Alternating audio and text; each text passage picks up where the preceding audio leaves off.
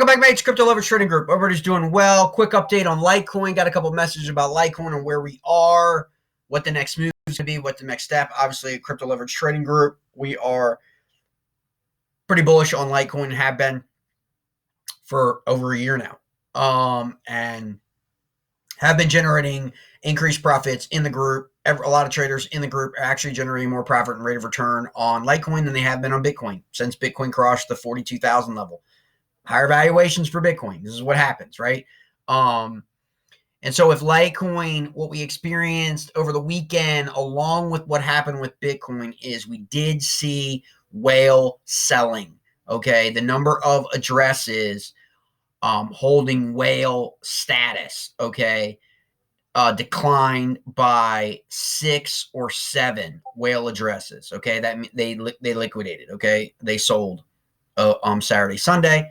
And, you know, an argument can be made, rightfully so. Because what we did, what we said in the Crypto Leverage Trading Group is, okay, we wrote it from 170 to 220, that leg. Then we wrote it from 220 to 325, that leg, okay? Using leverage all the way up and securing those gains. Once this happened on Saturday, Sunday, and we began to see the decline in all of the cryptoverse as a result of the China power outage and the Coinbase insider selling, once Litecoin fell to 300, exit and wait. Backdrafts all the way down to 250 or so, and then we see what happens, okay? Because that's just the nature of the game. So one of the critical indicators we want to look at, obviously, has been taking a look at our technical analytics as well as our on-chain metrics. Critical areas of the on-chain were 260, the 260, 270 channel, and then again at 284 to 292.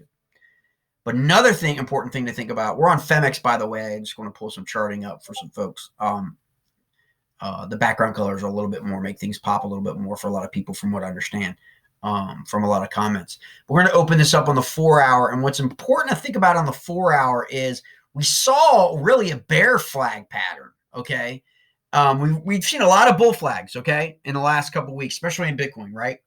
And pop out. That tendency for a bear flag pattern, okay, is a decline, okay? It is a bearish pattern, right?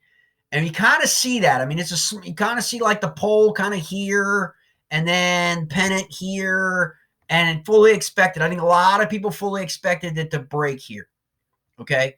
And then what would happen is didn't happen.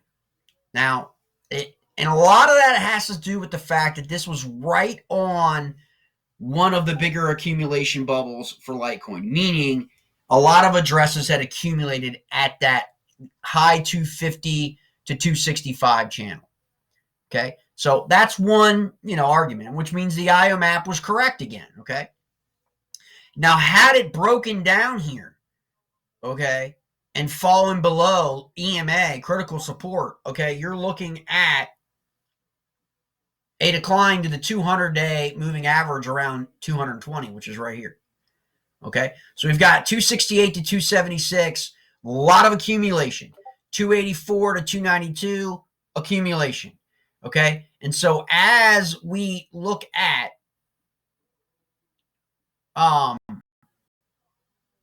the upper progression, 4-hour candles in, okay, and are now at 284, right? We're right at the beginning of this next supply barrier, okay? Meaning the last time a lot of people accumulated Litecoin here. So we can get above 292. Okay, we're going to hit this 300 level again, mates. And we're going to test these highs at 325.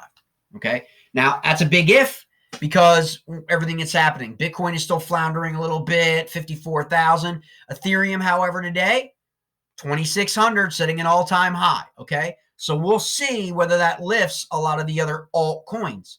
Okay, while Bitcoin is continuing its consolidation. Okay, above 52,000. But all in all, in the 4-hour, things look pretty good. RSI looks pretty good on the 4-hour, okay, for us to continue to go higher. And so we want to keep an eye on that, all right? And so we get in this accumulation here at 284, and we can confirm above on an hourly candle, 2-hour candle.